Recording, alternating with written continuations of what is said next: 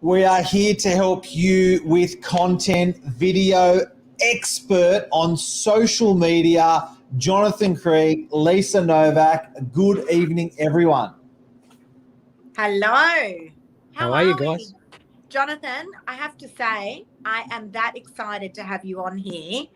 I remember hearing you at Digital Live, and I reached out to Steve Carroll and said, who is this guy? Everything he said made so much sense. I'm super excited to have you on. Guys, if you are not doing video content, or if you are doing video content, either way, you need to be listening to Jonathan, TEDx speaker, award-winning journalist. Ta-da! Here we are. G'day. Thank you. What an intro. I'm going to have to get you to write all my intros, Lisa. Thank you. How are you down in lockdown Melbourne? We decided we'd join you up here in New South Wales. Yeah, they haven't got the handcuffs on me yet, but they're not far away, I don't think. We're going into heavy curfew tonight. So yeah, whenever they do the curfew, it's a really weird feeling because you're locked down from 9 o'clock at night to 5 in the morning. And I don't usually go out between 9 o'clock at night and 5 in the morning. But when they lock me down, I feel like I want to. Yeah, it's true, isn't it? It's weird. I mean, as you get older, it almost sounds like our definition of bliss, doesn't it? Being locked down from 9 o'clock at night. I'm like, that sounds good to me. Jonathan, we're going to spend the next however long learning everything from you about video content. But do you want to just do a tiny bit of an intro about who you are? Well, my name's Jonathan Creek, as you've already said. Yeah, I'm just a white kid who grew up in middle-class Melbourne with a love for video. I think I was one of those kids that was lucky enough to be around 12, 14 years of age, around 1985 when VHS video cameras became a thing. And I think that was also a golden era for movies as well. There was a lot of great movies out around that time.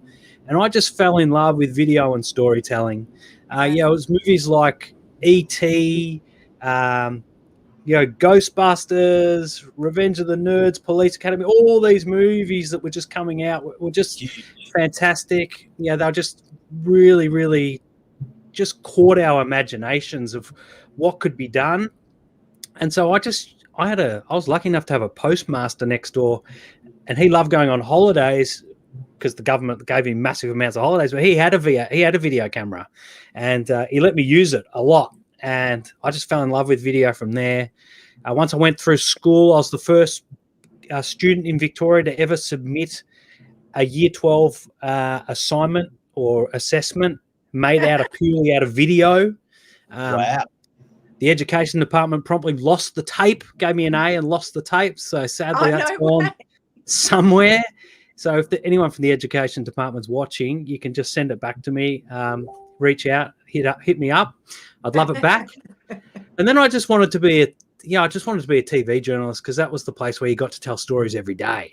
And what was really interesting about that was, everyone was saying, "Oh, you want to be a sports reporter?" Because I was into sport. It's like, no, I don't want to be a sports reporter. I want to be a war correspondent. And they're like, why would you want to be a war correspondent? I said, well, because that's where the most emotional stories are told. That's where the most powerful stories that I know are told. And so my parents were horrified that I wanted to be a war correspondent. Luckily, at the time, there wasn't too much action going on around the world, so they felt sort of safe. But I remember going into an interview at Channel 7 where I ended up working for 15 years. It was a great career. I loved it. But one of the trick questions they asked me in the interview was, how long do you think it'll be before you're sitting behind the news desk reading the news? And I was horrified. And I said, please, I really don't want to do that. Like, I can't hide my emotions. I said, no, I don't want to do that. I don't want to sit behind the desk reading other people's words in a fake studio with lights and whatever. I want to be out there with the people. I want to be on the front, the front seat or the front row of history, reporting on the biggest stories. And I just fell in love with that from then. And then in 2009, I started to become really interested in YouTube and the internet. And I used to sit there with every resource in the world working at a place like Channel 7. I had producers and assistant producers and access to cameras and helicopters and editors and million worth of gear I could access. Yeah. Yet here were these kids at home with really bad cameras creating videos for the internet and getting 500,000, 600,000 views. And I was like, what is it that they're doing with no production skills that's allowing them to get that many views and capture the attention of the world, where I've got all these resources and I'm getting the same amount of views? And so I started to play around with it a little bit, and I started doing in my stories, I started incorporating a little bit of internet culture into my stories, where, one day on AFL Grand Final day, which is a bit more of a fun story, was my job to go out and capture what they call the color of the event. So, all the fans cheering and getting ready in the car park, and, face paint and all the weirdos. And I'll set a challenge by quite a famous AFL footballer to use the names of every Spice Girl in my minute 10 story. So in my minute 10 story, I had Baby and Scary and Ginger and all these things. I weaved it all in, and that was okay, because the mass public audience had no idea what I was doing. But on the internet, on Twitter and stuff like that, where we'd let them know what I was doing, they knew. And then the hits on that story via Yahoo, because Seven and Yahoo had a relationship, went through the roof, and the guys at Yahoo couldn't work out what I was doing. And so I was having these in jokes, and then that started my love of viral content. And that's really where I focus now, is what has to happen in the viewer's brain to trigger them to share. So it's sort of this intersection of storytelling, marketing, and sort of being a little bit guerrilla and cheeky, which sort of suits me to a T. So I just love it. And that's where I'm at. So many people, we know these days, Jonathan, so many people have got some of the best cameras right in their hands, right? Our iPhones or a Samsung phone, yet they're still being so underutilized. And it took me a little while to understand it myself, because unlike so many people, the camera just doesn't bother me at all. In fact, Mark and I always have a bit of a joke. I am a frustrated news reporter. I left school and went straight to News Limited for a journalist scholarship, and didn't realise that to be a journalist you had to know so much about politics. And anyway, I made my way into doing this scholarship, which was hard to, even get your foot in the door in those days, and literally looked at the paper and walked straight back out again. But I truly believe that I missed my calling, because all I ever talked to my family about is how I wish I had become a news presenter. And I think this is where maybe, I've combined my love of real estate with, my love of doing what I do, however I do it. But I think for so many people that are watching, Jonathan, they don't have that, that passion. What are some tips that you can give people so that they can utilize these cameras right now and start to make just any sort of video content? I think that's really important. I think there's one point where you're underselling yourself a bit, Lisa, is that I've watched you a lot on camera, and one thing that you're able to do that a lot of people struggle with is you remain yourself on camera as you do off camera. And even when you watch the news and watch TV journalists, at that moment where they're standing in front of the camera with the microphone and speaking, they are not themselves. They speak in a different language. They speak in a language that I call journalese. And, an example of that is, the offender decamped in a southerly direction. It's like, no.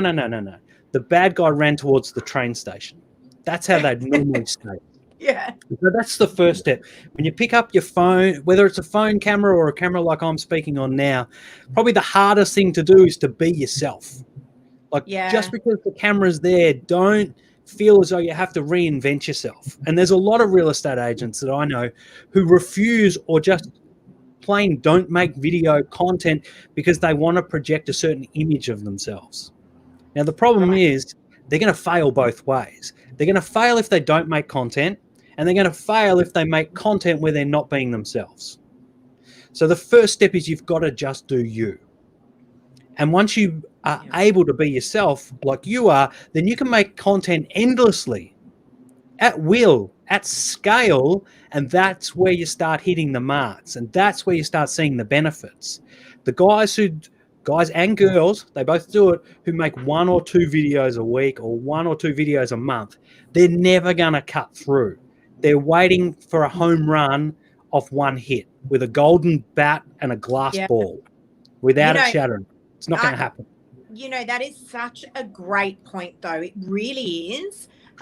Because I know I get asked a lot, I help a lot of people in the industry, and often they'll say, I just want to do what you're doing, or I just want to do what, Gavin Rubinstein's doing. I'm like, you just need to be yourself, and that's the reality of it. At the end of the day, we're not journalists, we're real estate agents. And, it's super important that people can connect with you as well. So I think that is a really, really relevant point. And that gets to my first point, which is do you. It's the most important thing you can do is do you, but you got to do something. So I've just taken off. I had a bracelet on there.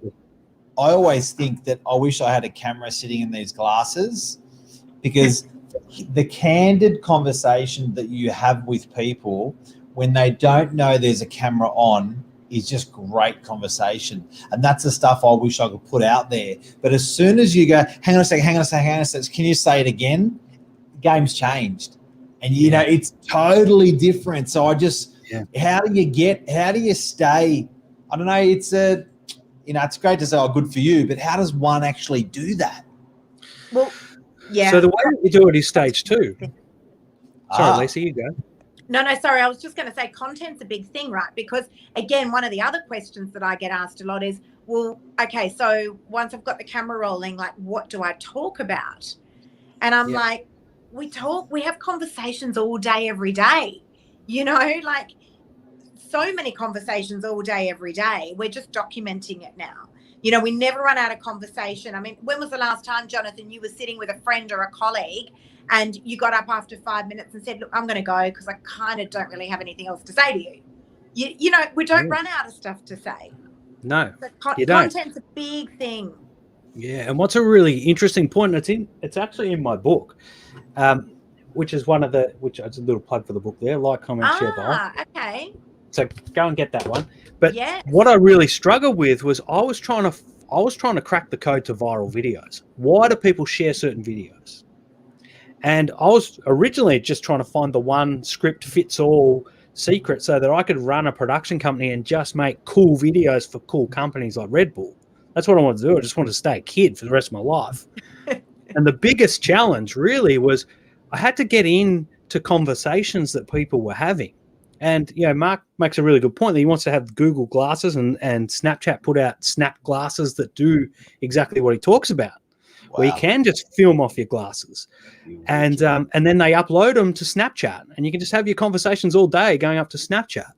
So, and Apple's going to do the same. There was a comment there. So Apple's coming with it. It's coming, Mark. You're going to have your dream. So, but what was really interesting about viral videos and even getting it back to human behavior and human conversations, because that's all the internet is. Social media is just an on-scale version of a normal conversation.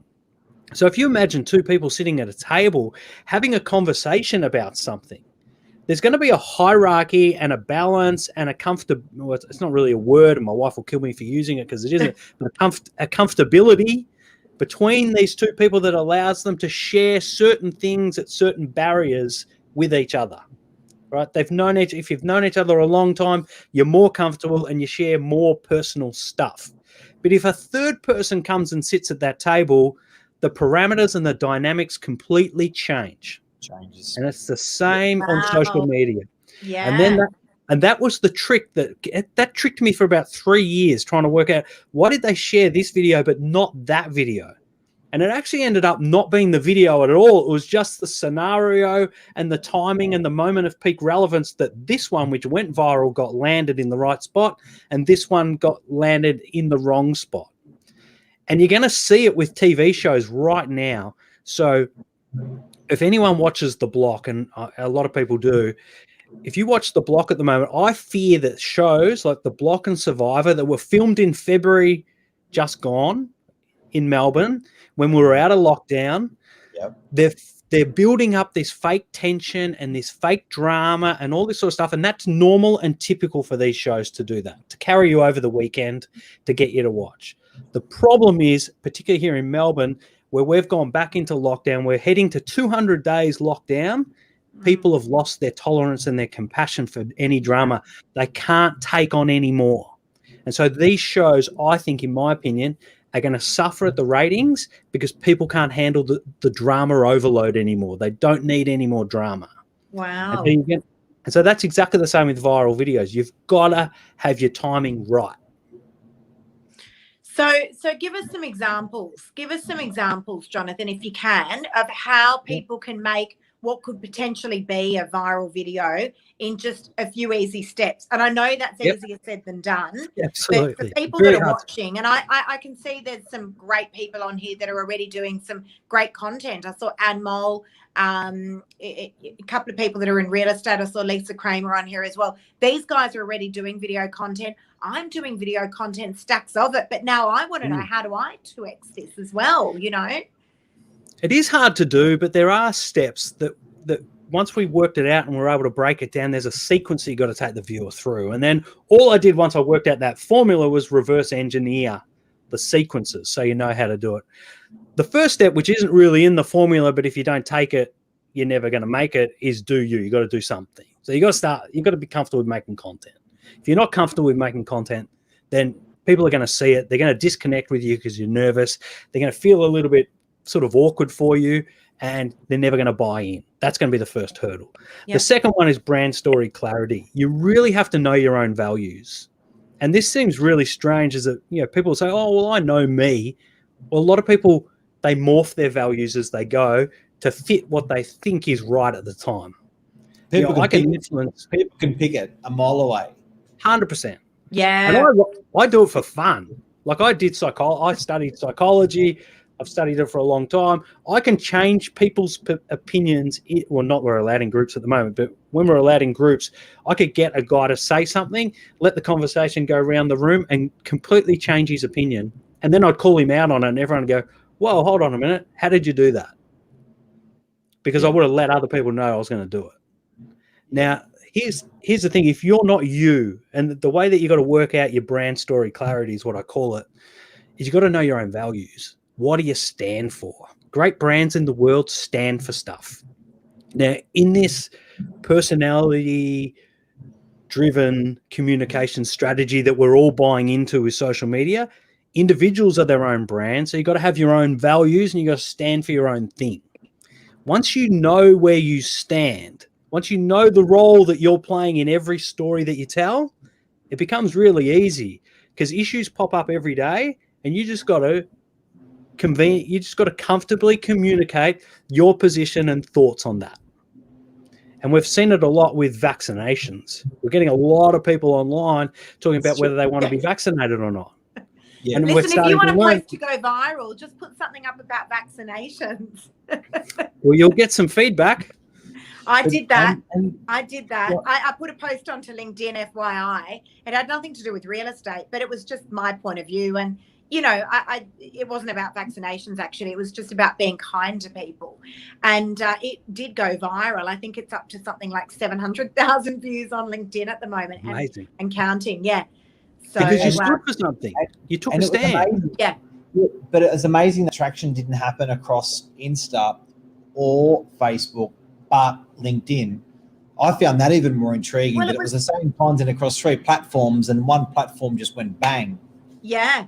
And not my most popular platform. And FYI, it wasn't any of my real estate stuff that went viral. It was something completely non-real estate related. But, you know, it obviously struck a chord with a whole lot of people. And I think that's what you're getting at with vaccinations, Jonathan. It does. People Just are passionate about big one, this is off the cuff a little bit. Fleetwood Mac, the song Dreams. Yeah. What the hell happened there? With the guy on the skateboard? Talk I can't remember. What was his name? But what was his name, that guy? I don't know. Well, I used to know his name. That went bananas. You know what I'm talking about? No. So I can tell you a little bit. Song. I put it onto my Insta stories quite a lot. That one. Yeah. Why did that go bananas and why did that clip go bananas? Why? Well, it was TikTok, and what it was there was a guy, I can't remember his name, but he was a Latino. I think he was Latino. He had a shaved head. He had a tattoo of a feather down the back of his head. And he was on his I think he was Dogface 2499 or something with his name. Don't hold me to it, but I think it was something like that. And essentially, he was on a skateboard in LA in the middle of the coronavirus crisis. And he was just on a skateboard going down the entrance ramp of one of the big freeways with no traffic. And as he was doing it, he was drinking cranberry juice. And he was lip syncing to the song.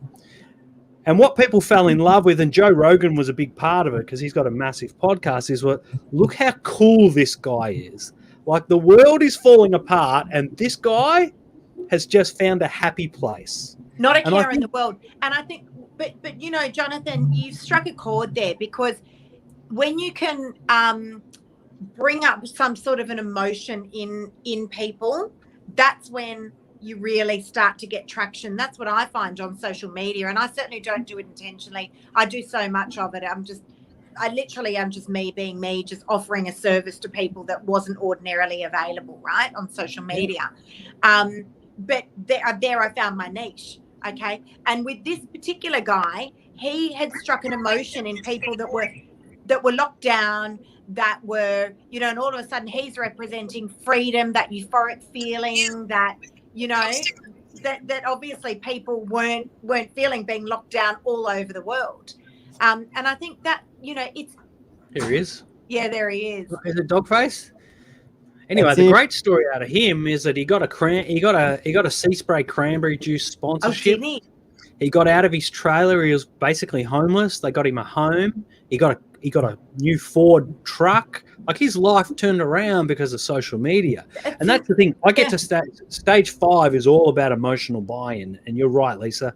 That's the fuel. There's just a few hurdles before the emotional buy-in. There's just a few. I'm just trying to look at the screen. Yeah.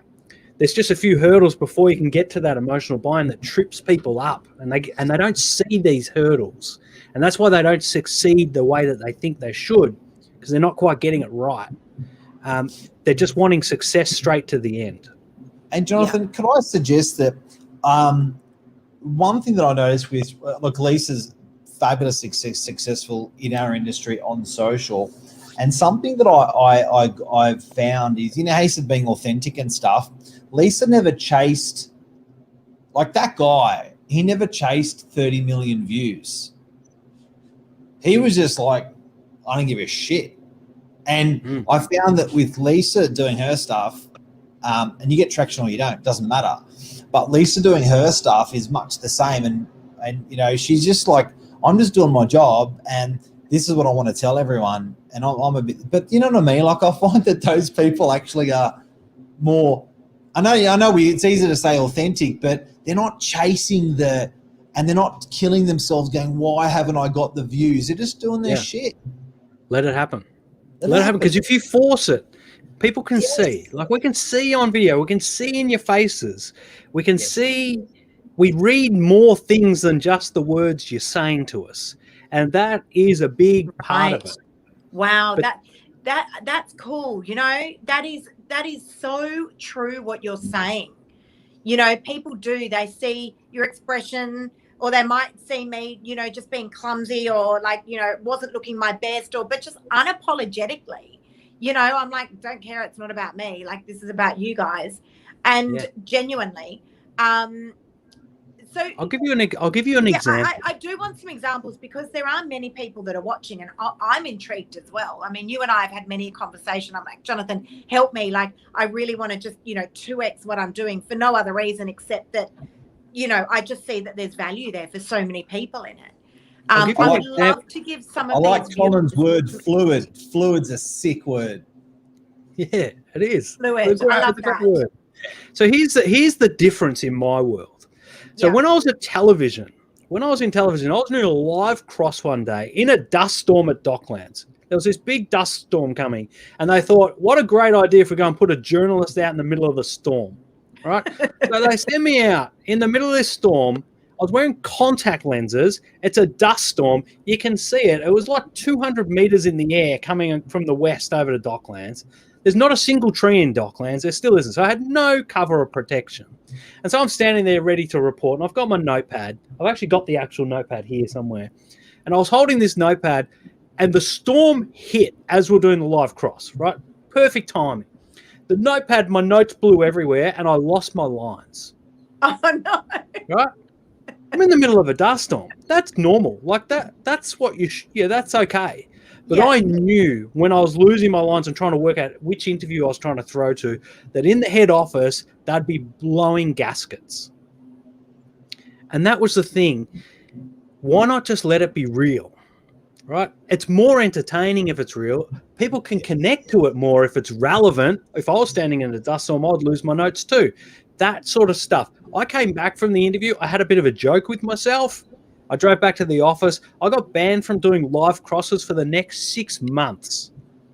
And I was like, how unfair is that? Wow. You set me up to fail, and then you punish me. The thing with the internet, and I think the thing that points towards your benefit, Lisa, is that you make what we call raw video. You get on the live stream, it's raw, it's a bit bumpy. Sometimes there's people in the way. Sometimes you don't quite get the right shot of the room or the sun's shining in. People connect with that because it's the ultimate reality TV. The other side of their brain is if you over-polish your videos and over-produce your videos, kids of the 70s and the 80s are trained to avoid that type of content unless we've paid a lot of money to sit in a really comfortable seat in a dark room with popcorn to watch it. Because outside of the movie industry, that type of content is an ad. And we're ad avoiding ninjas. And this is the problem with real estate. Most real estate agents that I know who are struggling at the moment are using house tour videos at the top of their funnel. They shouldn't be using house video tours at the top of their funnel because the chances of them landing with the person at a moment of peak relevance who's interested in that home at that time is so small when organic reach is only 5%. So what you need to be doing is you need to be doing more like what you're doing. Sitting at the top of the funnel, creating an audience, and then using their viewer discretion for them to find the properties and the videos about the properties that they're interested in. It's the second or third video marketing step. It's not the top of your funnel. So if you're doing that, if you're doing these overproduced videos at the top, you're setting yourself up for failure. You have to lead with your personality, and it has to be strategic. And Jonathan, I mean, I often say, when I do a lot of my talks and my interviews, I'll often say social media is not really the right forum for these what I call the Hollywood style production video. We're used to seeing that very raw content on social media. If you think about the way, we view social, it is quite raw. In terms of video content, if you think about Tom Panos in our industry, he's amazing at what he says and does, but it is that raw content. I know for myself, and I can think of some phenomenal agents in the country, but they do videos and I will watch them for 2 seconds only because I'm just interested to see what they do, but I kind of lose interest in it because it's almost, as you said, just a little bit too polished, and it's the wrong forum for me. I know what you mean, about these. And I remember you once said to me, because I said I do these 60 to 90-second videos because I worry people will lose their attention span after that. And you said, well, you think about how long you sit in a movie cinema for when you're interested in something. And I was that's the number one question I get is how long should my video be? And people, you'll get the social media gurus. And, when I'm not in COVID, I'm going and speaking on stages all around the place. And I don't know why, but they always put me as the closing keynote. And I do know why. You've got phenomenal content. That's why. Well, they put me as the closing keynote, and that's a massive advantage for a speaker because then I can throw stones and pick holes in every other speaker's strategies and speaking, and they can't return fire because they're already in the green room. They're done. But what happens is I get to these events and you get gurus who talk about your videos are got to be 1 minute and 17 seconds long. It's like, really? Why? Oh, because we've got the attention spans of goldfish now. Humans are evolving to not pay attention to things. Really? Statistics show that we're watching more video content than ever. Well, Mark and I have just watched, I think, Homeland on Netflix back to back for about 6 hours last night. Yeah, because it holds your attention. Yeah. Now, I always say, right, if you think that your video should only be running 1 minute and 17 seconds long because we've got the attention spans of goldfish, go sit in the hallway of a movie cinema. Yeah, this is my background in Syria from Homeland. Yeah, because I like what you've done with the place. It's a real fixer-upper. Because we've been watching Homeland, sort of seemed fitting to be Syria and all that stuff. It's very good.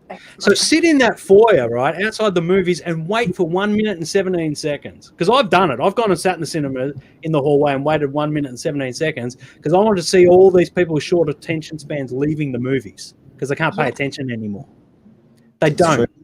It's false data. The reason why viewing times are down and viewing times are shorter on videos is because there's more crap videos out there. And viewers are spoilt for choice. They don't like something, they jump off it and find something that they do like. Mm. And the thing is, because everyone's now got a camera phone, there's more people making crap content. So the power hammer will be in the hands of the people who learn how to tell great content.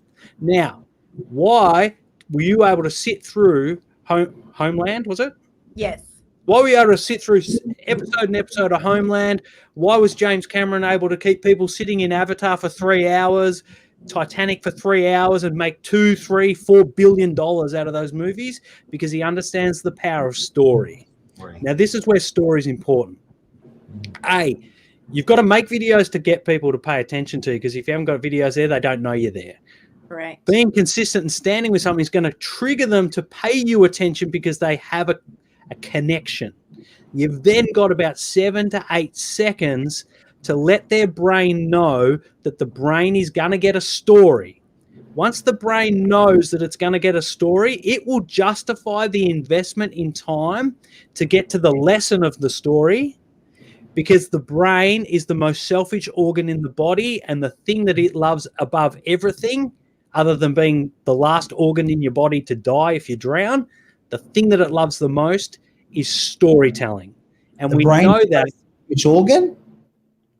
If you're drowning, the brain will actually steal oxygen from all the other organs to make sure that it dies last. Wow. Yeah, right. Knowing that it's setting the body into a catastrophic shutdown, it will take it. But the other thing that the brain loves is stories. And we know that because a third of the time that you're awake, for a third of the time that you're awake, no matter what you're doing, the brain is doing one thing. What is it, Mark? Sleeping. It's daydreaming. And what's daydreaming? Daydreaming is the brain telling itself stories. Now, because the brain's all about saving itself, because the brain's all about saving itself and saving energy and keeping itself safe, if it can get a story from someone else without having to do the creative work, without having to spend the calories, it will put up the blinkers, it'll lock in, and it will stay there and get the story for free. Now, you got kids? Man. I got kids. Yes. What happens on a Saturday morning? You walk out, outside COVID, obviously. Hey, I got 2 girls. Hey, girls. So do we. We've got 20 minutes to get to the hockey field. Your game starts. Go get yourselves ready. Come back 10 minutes later, they're still sitting there in front of the television. You're like, did they even hear me? No, they didn't hear me. So what do? You go 0 to 100. Hey, go get yourselves ready. We're going to be late. And then they look at you as if, why are you yelling at me? Like it's the first time they've ever heard you. It's because their brain is so locked into the stories, and cartoons, Disney, all these, Pixar, all of them are so good at storytelling that the barriers are up, the distractions are out, and the kids are locked in. Now, understand this when you transport it to a social media platform where you've got so much stuff. We got so much stuff going around. You've got ads, you've got competitors, you've got people posts above you, posts below you. If you have the ability to lock a viewer into a story, it then blocks out all your competitors. And that's the biggest advantage of storytelling. Wow. So when people talk about story, that's actually what they mean. And I think the 99.9% of people who say, hey, you got to tell a story, have no idea what they're talking about or how to do it. But Jonathan, I've got to say Wow. that I reckon real estate agents are one of the best storytellers in the country, and I reckon they are very good. And look, let me put this in frame though. If you go to a pub in a country town, and around the bar's a real estate agent, they'll have a chat with everyone, they'll know everyone, they'll have a yarn, they'll do this or that. And then if I go like that to that real estate agent at the bar, he'll go zoop. So it's like, dude, put you around a bar with a beer in your hand, you tell the best stories ever. You're a good, like, awesome. And then put a camera in his hand, zoop. Yep. We're good at chatting, good at talking, telling stories, but not on camera. Can I just say, so, because a lot of the audience, Jonathan, is going to be real estate agents watching. Give us an example. Like if I was saying to you, Jonathan, I'm going to make one video tonight and it's got nothing to do with property, but I want to tell a story, or it's got something to do with property, whatever it might be. How like, give me an example. What does that look like? What does that video look like? It's a very big question. It's very hard to answer without having a whiteboard and going into it. Like I teach this stuff, and it can be 3 or 4 hours of work. Story frameworks. There's so many of them. Probably the one that gets spoken about the most on the internet is the hero's journey, and it sort of drives me mad a little bit. The hero's journey, because it's like people think they know, because they know the hero's journey, they know everything. This is going to blow your mind. I prefer one called Freytag's pyramid. But the easiest one, which was designed by Aristotle, the Greek philosopher, years and years ago, of course, forever ago. And what Aristotle set out to do, it's told in the tombs when you read them, is that he wanted to work out why some acts for the emperor were more popular than others. Sound familiar, right? Yeah. Sort of why my journey of why are some videos more popular on the internet than others.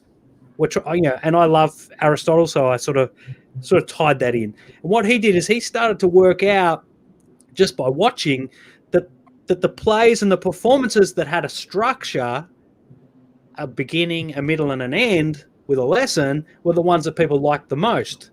Now, we're getting into real brain science here. What he was finding was that because they open a story loop in the brain. So your brain always has story loops. And in Hollywood movies, you can have multiple narratives. You can have, sometimes you have 14, 15 different stories going at once. Yeah. And your brain calculates it and knows it. But your brain also knows which ones are resolved and unresolved. Now, if you leave an unresolved story loop in a movie, people leave a little bit flat. Because they're like, did Luke Skywalker survive or not? Now, if we go back to the block, they do it on every ad break. Yes. Right, so it sucks you into going back to find out what's going on.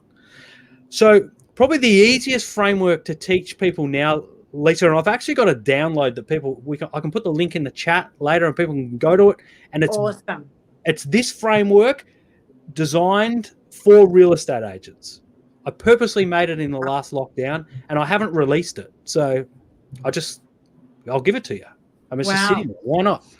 So what you're going to do in your video, the first thing you have to do to get people's attention is not speak to someone as if you're speaking to a group. You have to portray that you're speaking to them directly, so that the camera's not even there. You've got to reduce the distance of what they call the fourth dimension. So a lot of people say, hey, guys, hey, how you're going? You got to make it more personal than that now. That was probably 2 or 3 years ago. Okay, so I should start with my hey, guys. But I think you'd say hey, guys, to 2 people if they walked in the door. But I said that's what I say normally. A girlfriend of mine is actually an actress. And when I first started doing these videos 3.5 years ago, she said, I'm going to give you some acting classes. You're not going to start with hey guys. And I said, I don't want acting classes. I just want to be like me. And that's how I talk. If I walk into a room full of all my friends, that's exactly what I say. Do you? But I did say that, so I've got to defend it. Okay. I would really like to try manipulating your intro a couple of ways and just see what happens. I'm up for the challenge. I think there's some room there for some data, and I'm all data based. So the gauntlet's been thrown down. That's it, right? Thrown down. So the first thing you got to do is you got to start with open your videos with a problem driven by a desire. Just say that again. A problem. Open your video by framing a problem driven by a desire. Big words, a little bit complex, but if you think about it and let it percolate in your head, you'll start to understand it. And I would do that before I even introduce myself. Have you walked into a local shop these days and they don't want to sell you a mask or serve you? Hasn't that given you the shits? No, I'd go like this. Have you ever dreamed of living on a beachfront property in DY? There's the emotion. Right? So what is it again? Yeah. I mean, start with a problem driven by desire. How hard has it been for you to find the perfect property on the northern beaches? Yeah, love that. Oh, man, it's been so hard. I've been to 30 auctions. I've been outbid by 300 grand. Right? I'm going to write that down for everyone. Say it again. I'm copying that. No, we'll just go back to the recording. It's okay. The second bit, Act 2, right, is the journey. So you've got to share someone's journey who's had that struggle. I know someone who's been to 30 auctions and still hasn't been able to land their dream property. All right? So then you're churning them a little bit. You're getting them to feel the pain that the other person's felt and the pain that they probably felt themselves when they missed out on the last property. So you're getting that emotional buy-in going. The last step is a lesson. Well, the lesson is you've got to get in here or aim for properties like this or go one block back. You're still only 10 minutes from the beach, but it's in your price range. You give them the lesson. Success or failure in the journey doesn't matter. Doesn't matter if the person gets the property or not. You just have to teach them the lesson. That's all the brain's after. Videos that have success in them in the end of the story or failure in the end of the story don't get shared any differently. It's the ones that have the lesson that do. And that's called the 3-act play. That's a really simple on the go to the point where I even developed, and you'll love this. Here's one that I used yesterday. I use the 3-act play all the time. I know so many story frameworks. I've used them every day. I use the 3-act play.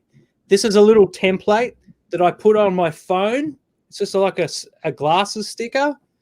I put it on my phone. It's got the 3 acts. I write it with a whiteboard marker so that when I'm talking to my phone, I know where I'm going each point. It's got an arrow to remind me to look at the camera. Make sure you're looking at the camera. Good. Right.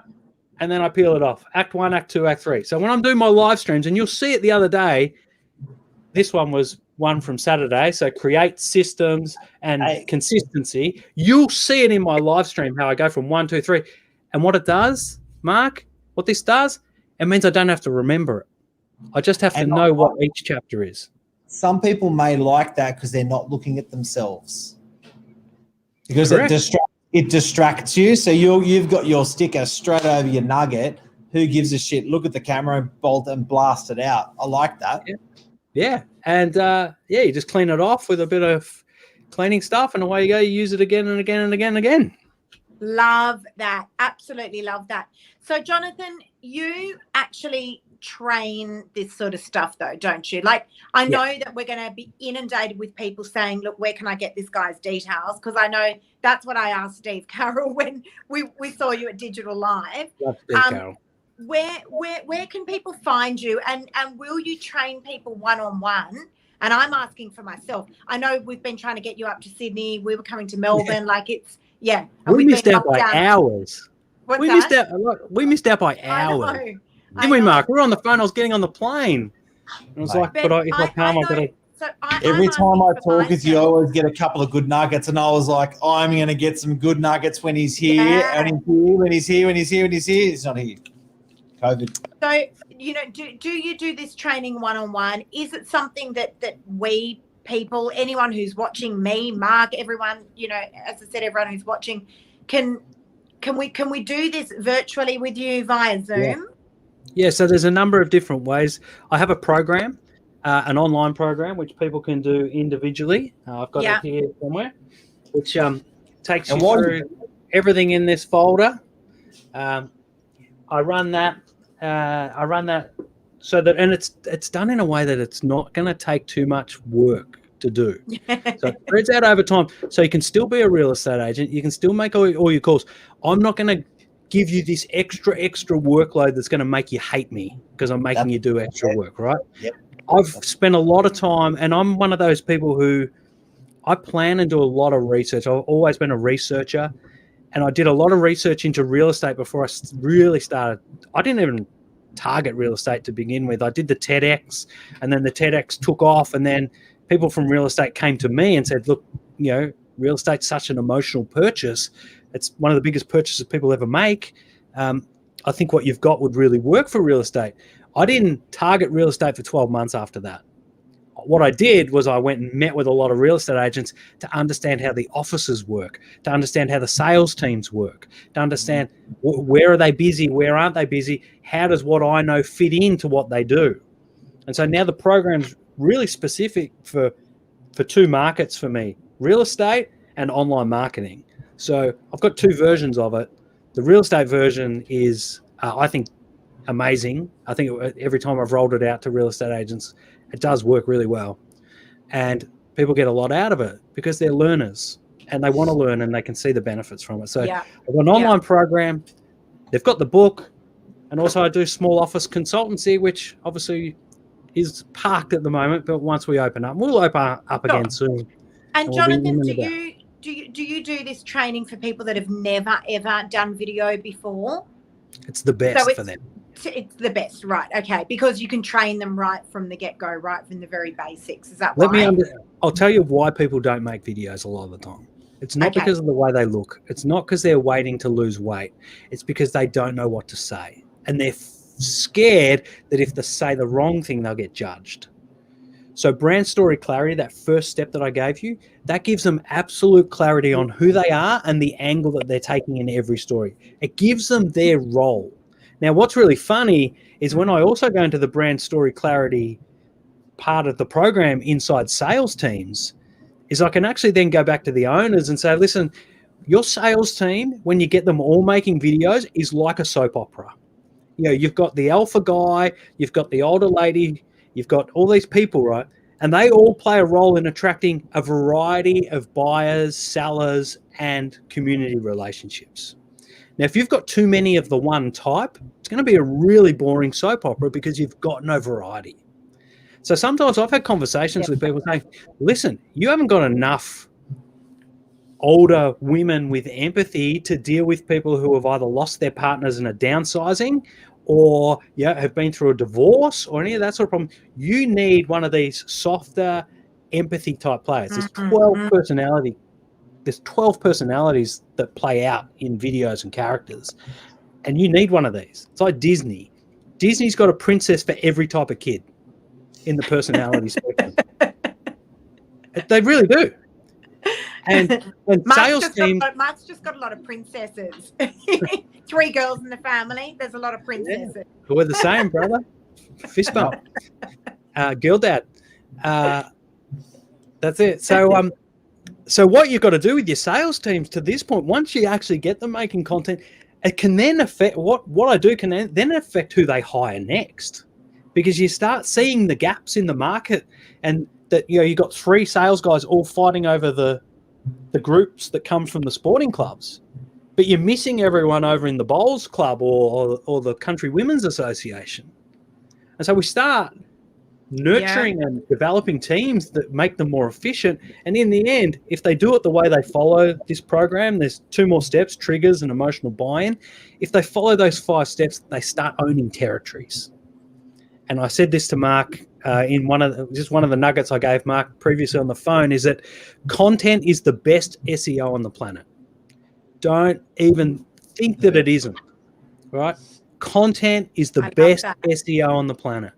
So if you start making content in your patch, you'll be able to own it as a territory, and if you start now, you'll be able to get in front of your competitors And as long as you keep making content that's real, relevant, and relatable, your competitors will never be able to catch you. And on Facebook news feeds, on YouTube, on TikTok, on all these platforms, just because of the way the algorithm works, is you'll own that space. Now, the power of that is if you're putting out videos of house tours, you've got to find the person in the buying cycle at the right time.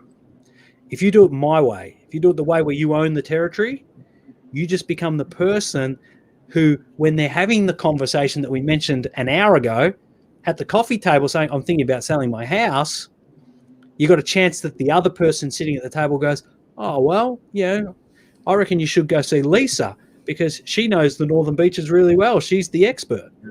I hear that all the time, Lise. You probably don't realise. Yeah, I hear that all the time. And you know, and that's the truth. I mean, you know, I wasn't trained in this, but I feel like I need to be now, which is quite funny because now I guess for me, like I've realized that it's not in my head. It is a real thing. I mean, just today alone, Jonathan, I'm certainly not tooting my own horn. I'm just saying that I'm living proof that this stuff works. I got 8 appraisals today, 8. And so in anyone's world in real estate, that is a phenomenal day of appraisals. Now, those appraisals came as a result of my social media. And it's gotten to a stage now where I'm like, this is just insane, but I want to be able to 2x it because I feel like I'm not bored with the stuff that I do, but I feel like maybe the people that are watching are. So, you know, and you're always just trying to sharpen your blade as well. Yeah. But, you know, this is phenomenal content that you're giving us tonight. Absolutely phenomenal. So I want to ask you guys a question because this frustrates me to no end. I meet real estate agents all the time. Like I go and meet them and I talk to them about what I do. And these real estate agents will sit there and say, oh, you know, the market, you know, the media is talking about the market being good, but, you know, business is ho-hum, probably got 40 to 30% capacity still in my sales team that we could fill them up. And I sit there and go, okay, well, how's their social media going? Nah, we don't see any value in social media. Yeah, we've tried a few times and it hasn't brought anything back. Right. I hear that all and the I time. sit there and say, you're struggling. You could do more. Here's the opportunity to do something that's free. There's no ongoing cost. It detaches you from the pay model of the bigger real estate business, the bigger real estate platforms, who you're, as a real estate agent, understand this. You're paying realestate.com.au and domain money to build their database, not yours. Yeah. This is a way of detaching from that, owning your own space, getting yourself out of any political fights, and doing more business. And helping people. Like you are helping these, like you're giving these guys tools to buy, sell, rent, landlord, invest. It's, you know, helping. It's great. But they don't. And what frustrates me is they still hum about it. They ho-hum about it. So, Lisa, I want to toot your horn. I want to toot your horn. You said you wouldn't toot your own, but I'm going to toot it for you. You've done more for someone like me than you realise because you've actually shown what I've been talking about for the last 12 to 24 months, that this is what you should be doing. And you've gone and done it. You've proved that it works. And almost, you know, to me, I sit there and go, thank God for Lisa Novak, who had the guts to go out and do it. Because you've never said anything to me, but I've got no doubt in my mind that other real estate agents would be looking at you and what you're doing and be going, oh my God, you know. And I think Zed gets it down here too in Melbourne.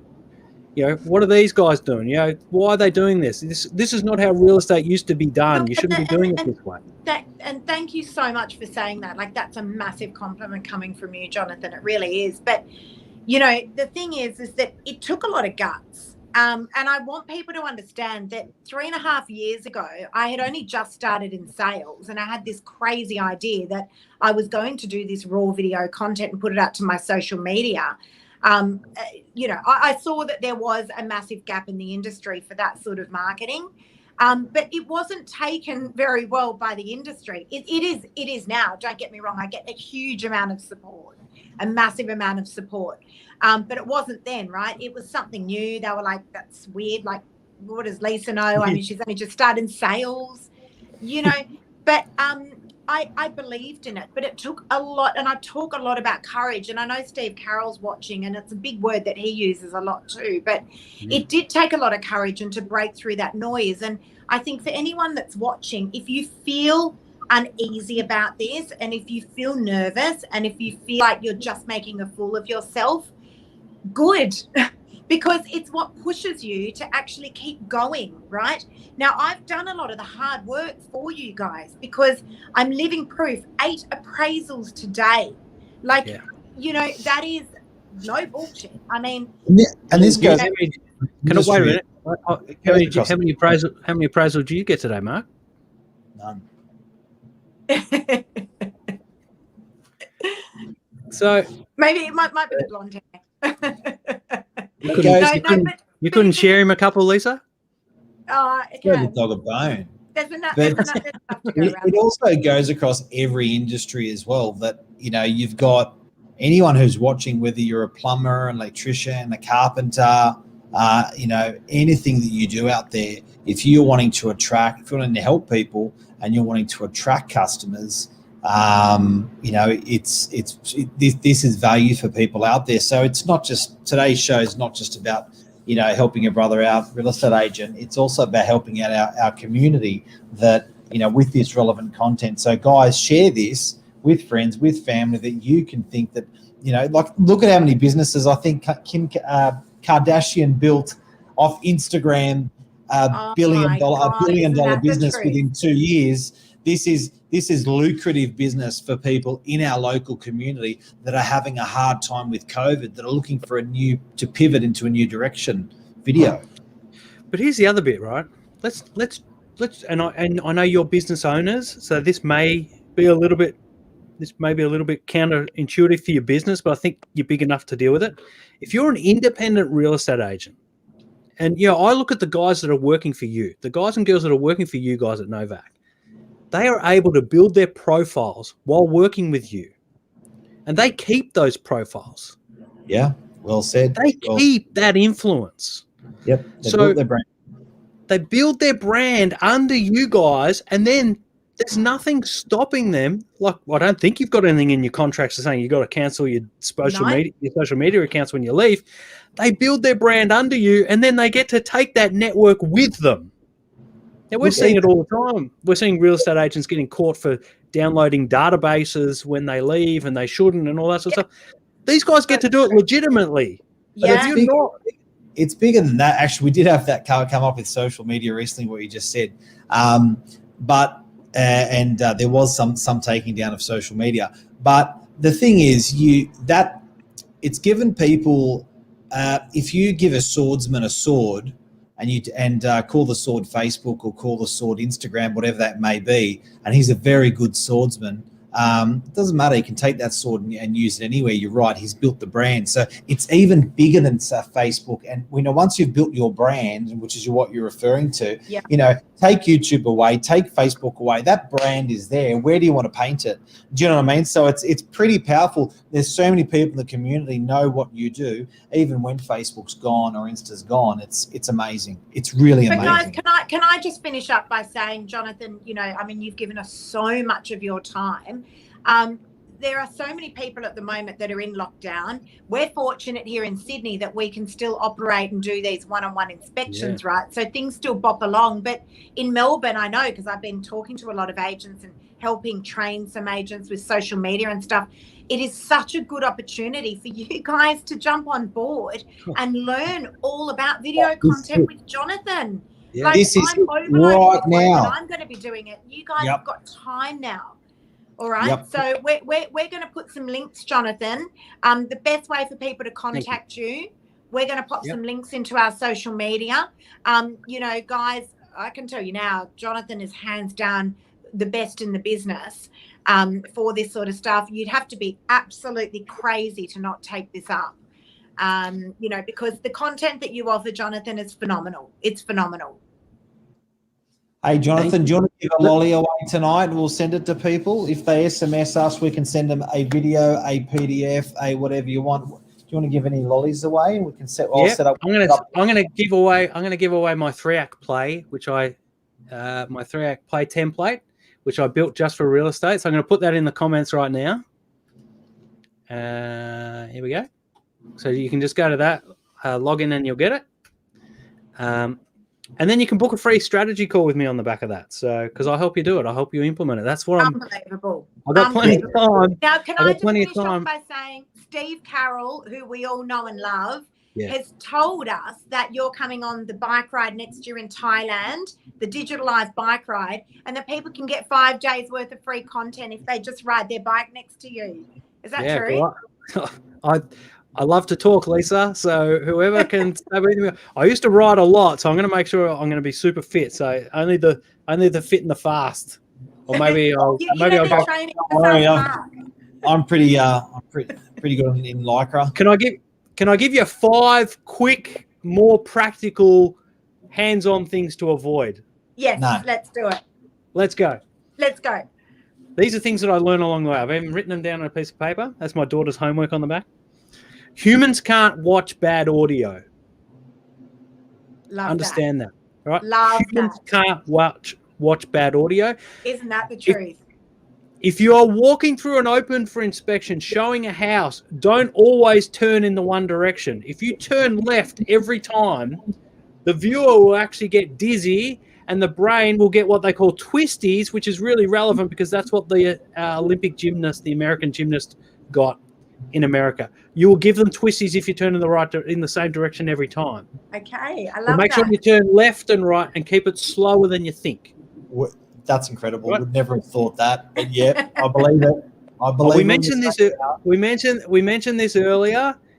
Understand the current scenario. There's a lower level of tolerance for drama. Okay, so you've got to be more empathetic at the moment. That's one of the triggers out there in the world at the moment, and you can see it with Facebook and the others. They're trying to turn down these traumatic events, and what's happening in Afghanistan is absolutely horrific. And I fear that that's probably going to get hidden a bit because populations in Sydney and Melbourne are already stressed, and so these social media platforms actually control moods by protecting us from stuff.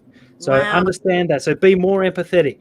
It'll take 28 days of consistent content before you get assessed on a platform like Facebook to see whether they put you to the next level as a creator.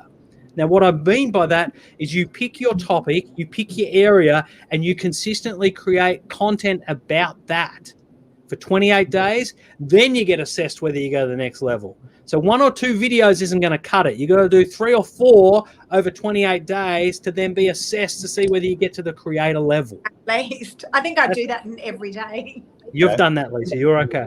I think I'm over the top. Polished content is a curse because people think it's an ad.